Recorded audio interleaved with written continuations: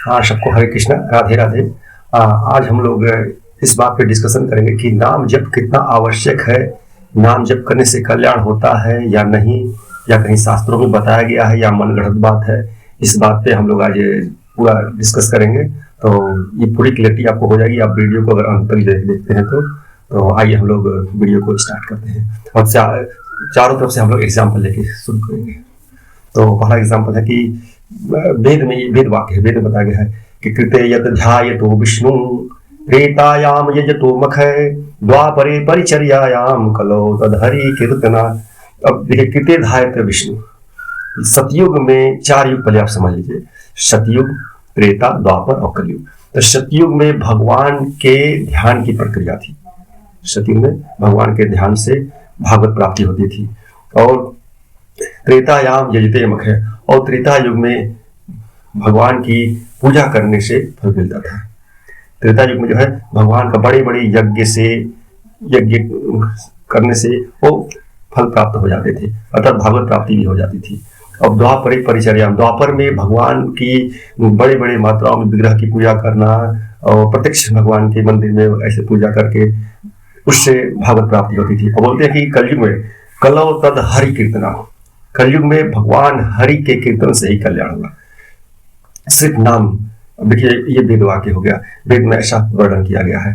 और यही तुलसीदास जी भी रामचरितमानस में कहते हैं कि कलयुग समयुग आन नहीं, जो नर कर विश्वास, गाय राम गुण गण केवल बहुत रही बिना प्रयास। बोलते कलयुग जैसा ऐसा कुछ युग है ही नहीं, इससे अच्छा कोई युग ही नहीं है जिसमें कुछ भी प्रयास नहीं करना, कोई पूजा पाठ कुछ भी अगर कुछ नहीं कर पा रहे हैं तो बोलते हैं गाय राम गुण गण विमल। बस भगवान के गुणों को गा करके वो व्यक्ति आसानी से भव तरही बिन प्रयास, इस संसार रूपी भवसागर से बिना प्रयास के उतर जाता है। ये कितना अद्भुत ये युक्ति है कलयुग में। कलयुग जैसा ऐसा कुछ युग है ही नहीं। बाकी युग में बहुत परिश्रम मेहनत करना पड़ता था, लेकिन कलयुग में ऐसा नहीं है। और आगे भी बता रहे हैं कि राम नाम मणिदीप धरु, जी दे हरिद्वार, तुलसी भीतर बाहर जो दसही उजिया। बोलते राम नाम का दीपक अगर हम अपने जीभ पे जैसे देहरी होती है उस तरह हम धरते हैं, तो बोलते कि वो उस दीपक से अंदर बाहर हर तरफ ज्ञान का प्रकाश हो जाता है और सारे पाप भी नष्ट हो जाते हैं। ये अद्भुत महिमा नाम के बारे में श्री रामचरितमानस में बताई गई है। सकल कामना हीन जी राम भगत रसलीन, तो सभी कामनाओं से हीन होकर के, मतलब कामना रहित होकर के जो भगवान के नाम रूपी रस का पान करता है, नाम सुप्रेम हृदय तिहो की ये मन मीन, वो उसका हृदय मन एकदम आह्लादित प्रसन्न चित्त हो जाता है, वो प्रशांत आत्मा हो जाता है, प्रशांत आत्मा जितेंद्रिय। तो ये नाम की अद्भुत महिमा है महाराज। नाम की तो नाम कहते कि नाम जपते जपते जपते जब, अब नाम जप की कितनी प्रक्रिया है, कितने प्रकार से नाम जप होता है, मैं नेक्स्ट वीडियो में आप लोगों के लिए फिर लेके आऊंगा। और रामचंद्र के भजन बिनु जो चह पद निर्वाण, ज्ञानवंत अपिशोनर पशु बिन पूछ समान। बोलते कि वो पशु है लेकिन पूछ नहीं है, वैसा व्यक्ति को ये उपमा दिया गया है कि जो भगवान का भजन नहीं करता है वो व्यक्ति पशु के समान है, और भी बिना पूछ वाला पशु के, जिससे कुछ काम भी नहीं होता। पशु तो बैठ के, पूछ वाला पशु बैठ के तो कुछ थोड़ा बहुत तो साफ सुथरा कर ही देता है, लेकिन वो बोलते हैं कि वो बिना पूछ के पशु के समान है। ज्ञानवंत अपिशोनर पशु बिन पूछ समान। बाहर, अब देखिए कितना अद्भुत बात आगे बताई जाए, बाहरी मथे कृत होई बरु सिकता ते बरु तेल, बिन हरि भजन न भवता रही, यह सिद्धांत। मतलब बालू के मथने से भी तेल निकल सकता है, बाहरी मथे कृत बालू के मथने से घी निकल सकता है, और सिक के मथने से तेल भी निकल सकता है।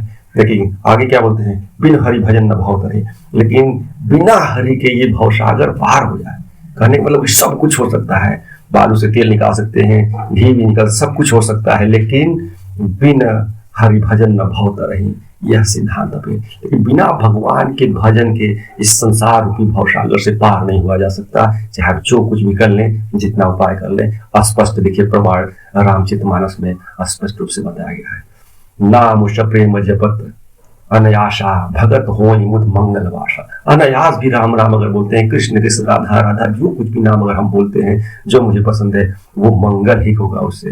क्योंकि जब हम अग्नि को भी अगर हम प्रणाम करके छूएंगे तो भी हमको जला देगी, और बिना प्रणाम करके छुएंगे तो भी जलाएगी, क्योंकि अग्नि का स्वभाव ही है जलाना, उसमें दाहक शक्ति है तो वो जलाएगी। इसलिए भगवान का नाम को भाव कुभाव अलख आलस ही नाम जपत मंगल निशिदसहु, बोलते भाव से जपे या कुभाव से जपे, जैसे भी भगवान का नाम जपे वो मंगल ही करेगा, इसमें कोई दोहराय नहीं है, कोई संशय भी नहीं है। भागवत के प्रथम श्लोक में ही जब भागवत स्टार्ट होती है तो प्रथम सॉरी अंतिम श्लोक, भागवत का लास्ट श्लोक है, तो उसमें यही निष्कर्ष निकल के आया कि नाम संकीर्तनम यस्य सर्व पाप प्रणाशनम प्रणामो दुख शमनः तम नमामि हरिपदम। भगवान के नाम का संकीर्तन करने से सारे दुख नष्ट हो जाते हैं। इसलिए जितना हो सके उठते बैठते भाव कुभाव जैसे भी हो, सिर्फ नाम अगर जपा जाए, नाम जपने से वो मंगल होगा। और नाम जप कितने प्रकार से नाम को हम जप सकते हैं और स्टार्टिंग में कैसे जपना चाहिए वो नेक्स्ट वीडियो में हम लोग डिस्कस करेंगे। नाम जपत प्रभु किन्न प्रसादु भगत शिरोमणि हे प्रहलादु। नाम जप का प्रसाद किनको मिला है बताइए ना। जो भगत शिरोमणि, जो प्रहलाद जो भगत शिरोमणि है, नाम जप के भगवान नारायण नारायण नाम जप करके देखिए ना दिव्य ज्ञान उनको प्राप्त हुआ, ध्रुव जी को ज्ञान प्राप्त हुआ। और उनका नाम जपी जग जाना वाल्मीकि भय ब्रह्म समाना। ये भगवान का नाम जो अद्भुत है महाराज, अद्भुत, ये ज्ञान शक्ति को जागृत कर देगा आपका। जिन बच्चों का मन भी अगर पढ़ाई में लगता है, जिनका कॉन्सेंट्रेट, जिसका जो एकाग्रता जिसको आप बोलेंगे वो अगर उनकी कमजोर है तो वो अगर भगवान के नाम का जप करें, इससे क्या होता है कि मन जो है एकाग्र होना शुरू होता है। क्योंकि हम बार बार मन में वही चीजें लाते हैं, तो हम जो हमारा मन जो अलग दूसरी तरफ जो जा रहा है वहां से हम उसको रोक पाते हैं, और रोक के अपने जो टारगेट है, अपने लक्ष्य पे हम उसको लगा पाते हैं, और पूरी एकाग्रता वहां बनती है। और जब एकाग्रता जब बन जाती है तो ऑटोमेटिक आनंद आने लगता है, एक मन में उल्लास प्रफुल्लता आना शुरू हो जाती है। और ये नाम जब की बहुत अपार महिमा है कि सुमेर पवन सुत पावन रामू अपनी बस कर राखे रामू।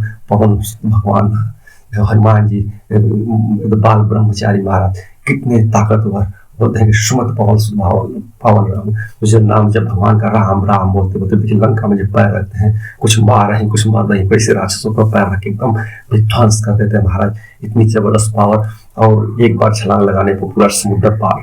तो ये सब भगवान की ताकत है, ये सब नाम में बहुत बल है, लेकिन हमको महसूस करना पड़ेगा। इसलिए हम कहते पूजा, सब लोग पूजा पाठ करते हैं। आज धरती पर ऐसा कोई नहीं जो भगवान में विश्वास न करता हो, जो पूजा न करता हो, लेकिन हमको अनुभव नहीं हो पाता, क्योंकि हम लोग थोड़ी थोड़ी चीजों में अपना विश्वास खो देते हैं। जब तक हमारे अंदर विश्वास नहीं आएगा भगवान के प्रति, भगवान हमारे अंदर ही है, उसको फील करना है, उसको महसूस करना है, उससे कनेक्ट होना है, और भाव से ही कनेक्ट होंगे। और जब सतत जब चिंतन होगी, जैसे हम किसी चीज के बार बार किसी विषय में सोचते हैं तो वो चीज हमारे सामने आ जाती है। तो जब आज जैसे हम कुछ मानसिक कल्पना अगर हम कर रहे हो किसी चीज की, तो जब वो चीज हमारे सामने दिखने लगती है प्रत्यक्ष, एकदम नशा जैसा हो जाता है। तो कहते हैं कि जब इस तरह अगर भगवान का चिंतन किया जाए तो भगवान का दृश्य, क्योंकि मन ही तो भगवान है। मन इंद्रिया मन राशि, भगवान तो बोल है इंद्रियों में मन हूं मैं।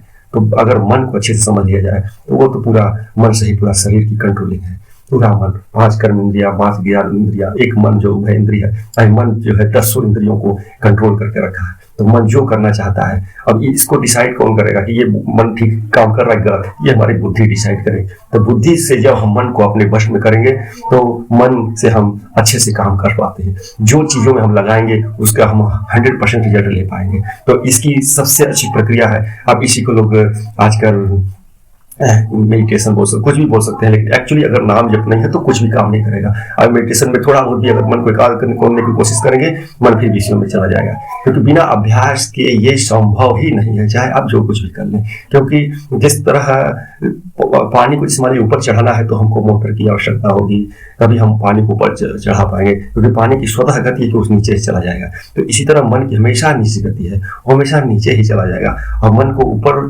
उठाना मतलब भगवत मार्ग में ले जाना, सत मार्ग में ले जाना, परमार्थ में ले जाना, इसके लिए थोड़ा सा अभ्यास करना पड़ेगा। ये मुश्किल भी नहीं है, नामुमकिन नहीं है, ये हर चीज पॉसिबल है, और महापुरुषों ने ऐसा करके दिखाया है।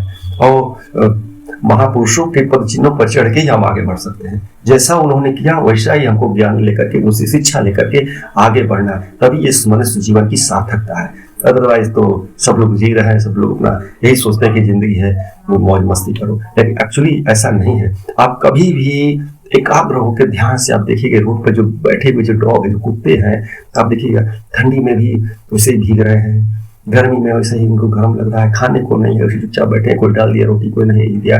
जो रोड पर के कुत्ते जो हैं उनको आप कोई महसूस करिएगा कि इनको किस चीज की सजा मिल रही है, ऐसा इन्होंने क्या किया है कि इस तरह का इनको तकलीफ, इनको दुख मिल रहा है। ये चीज जब अपने दिल में, जब हमारा हृदय जब निर्मल होगा ना, विचार हम लोग मन में ऑटोमेटिक आना शुरू हो जाएगा, ये क्या कर्म किए हैं कि इनको इस तरह से भगवान इनको पनिशमेंट दे रहे हैं, तो वो वही कर्म है। ये कुछ कर्म इनके बिगड़ गए, इनको आज कुत्ता बनना पड़ा, आज भगवान का भक्ति नहीं कर सकते, ये कुछ भी नया कर्म नहीं कर सकते। जैसे जेल में पड़ा कैदी क्या करता है, अपने भोगों को सिर्फ भोगता था, सजा को अपने करता, तो और योनियों में सिर्फ जो पनिशमेंट भगवान ने दिया, जो वो पनिशमेंट अपने कर्म से मिला। भगवान भी बोलते हैं कि न कृत्यत्वम न कर्माणि जीव लोक सेवा प्रभु। जब मैं इस संसार की रचना करता हूँ तो मैं किसी के कर्म की या करता किसी की कुछ रचना नहीं करता हूँ। स्वभाव वस्तु प्रवृत्ति, इंसान का जो अपना स्वभाव है, जो उसका जो कर्म है, जिस स्वभाव कर्म उसका जो कर्म बिगड़ा, उसी कर्म के कारण वो फल उसको मिल रहा है। तो आपके भगवान बोल भी रहे हैं कि अवश्य में भोक्तव्यम कृतम कर्म शुभाशुभम, जैसा व्यक्ति करता है वैसा ही वो भोगता है,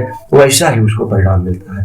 अब इस चीज को अगर हम समझ लें तो हम थोड़े थोड़े पाप से, थोड़ी थोड़ी गलतियों से हम डरे, क्योंकि हम लोग मनुष्य हैं। हम लोग को भगवान ने, जैसे बोलते हैं ना, किसी आप चाहे एसएससी सीजीएल की तैयारी करिए या किसी की भी तैयारी करिए, टीयर 1 एनटीपीसी की बहुत बच्चे तैयारी करते हैं, तो उसमें टीयर 1 टीयर 2 जो भी होता है, तो हम लोग का जो मनुष्य जो शरीर है, ये हमारे फाइनल है, हमारे टीयर 3 के बाद क्या हुआ, एग्जाम मिल जाएगी। तो ये टीयर 3 हम लोग जब मनुष्य जन्म में हम लोग जब आ चुके हैं, तो हम लोग को और नेक्स्ट जाना, डिमोशन नहीं लेना कि अब जगह कीड़ा बन जाए, पतंग बन, ये जानवर बन जाए या और कीट बन जाए, ये सब कीट पतंग वाले योनि में नहीं जाना। अब हम लोग को मनुष्य से ऊपर उठना है। या तो आप अच्छे पूरे कर्म करेंगे तो आप देवता बन जाते हैं, देव योनि में आप चले जाएंगे। या दूसरी चीज है कि अगर आप भगवान की भक्ति करेंगे, सोचते कि नहीं हमको देवता भी नहीं बनना, हमको कुछ नहीं बनना, तो फिर भागवत धाम विष्णु प्रदाता सर्वेशा मुक्ति एवं संशय, बस आप मुक्त हो जाएंगे। और भगवान को कह भी रहे कि सर्वधर्मान परित्यज्य मामेकं शरणं व्रज अहं त्वा सर्व पापेभ्यो मोक्षयिष्यामि मा शुचः। पूरे सब अपने सर्वम त्यक्त्वा हरि भजेत, सब कुछ छोड़ के भगवान के हरि को भजिए। और वो हरि हर्ष कर्म है। जैसे माता पार्वती शिव जी की पूजा करती हैं, तो शिव जी क्या बोलते हैं कि शिव जी की पूजा करने से माता को क्या एहसास होता है, बोलते हैं कि हर कण मेरा शंकर है, हर कण मेरा शंकर मुझे दिखाई देता है। तो ये जो जिसकी आराधना करता है उसको उसी रूप में भगवान अनुभव करा देते हैं। तो तत्व एक ही है, और हम जिस भाव में भजेंगे उसी भाव का हमको अनुभव होगा। अगर भगवान को पिता रूप में भजेंगे तो पिता का प्यार आपको अनुभव होगा। अगर आप सहचरी भाव, अगर मान लीजिए कि आप पुत्र रूप में भज रहे हैं, तो पुत्र का स्नेह, पिता का प्यार, उस तरह से आपको जिस तरह का रिलेशन भगवान संबंध आप जोड़ के पूछेंगे, भगवान बोलते हैं कि मैं उसी तरह का अनुभव, या ये यथावाम प्रपदन से तथे भजाम्य, जिस तरह भक्त मुझे भजता है, जिस तरह मुझे याद करता है, मैं भी उसको याद करता हूँ, मैं भी उसकी उतना ही तड़पता हूँ जिस तरह भक्त रखता है। अगर कोई भक्ति में जिसके अंदर रुदन भक्ति, जैसे कि आंख से आंसू आना, करो भाव उत्पन्न होना, भगवान को महसूस करना, इस तरह का भाव उसके अंदर आ रहा है, तो भगवान भी व्याकुल हो जाते हैं ऐसे भक्त को दर्शन देने के लिए।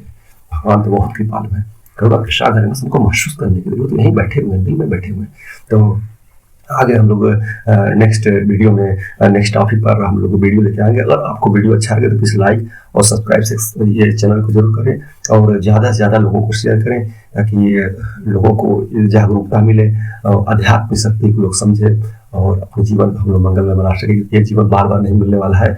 दुर्लभो मानुषो देव, ये मानव देव बहुत ही दुर्लभ है, अगम्य है, लेकिन क्षण भंगुर बोला गया है। ये क्षण भंगुर, ये कब नष्ट हो जाएगा पता नहीं, हमको काल का पता नहीं, हम लोग का जिंदा रहेंगे ना रहेंगे। तो हम लोग जितना चिंतन भगवान के कर लें वही जीवन की सार्थकता है, और सब कुछ तो नश्वर है। अब ये आगे के वीडियो हम लोग देखेंगे कि ये जीवन सत्य है या असत्य है, और सत्य है तो क्या सत्य है, क्या ये सब कुछ दिखता है हम लोग को, ये संसार ये सत्य है, भगवान है या नहीं, ये सारे डाउट्स जो है पूरा गीता के माध्यम से हम लोग क्लियर करने वाले हैं।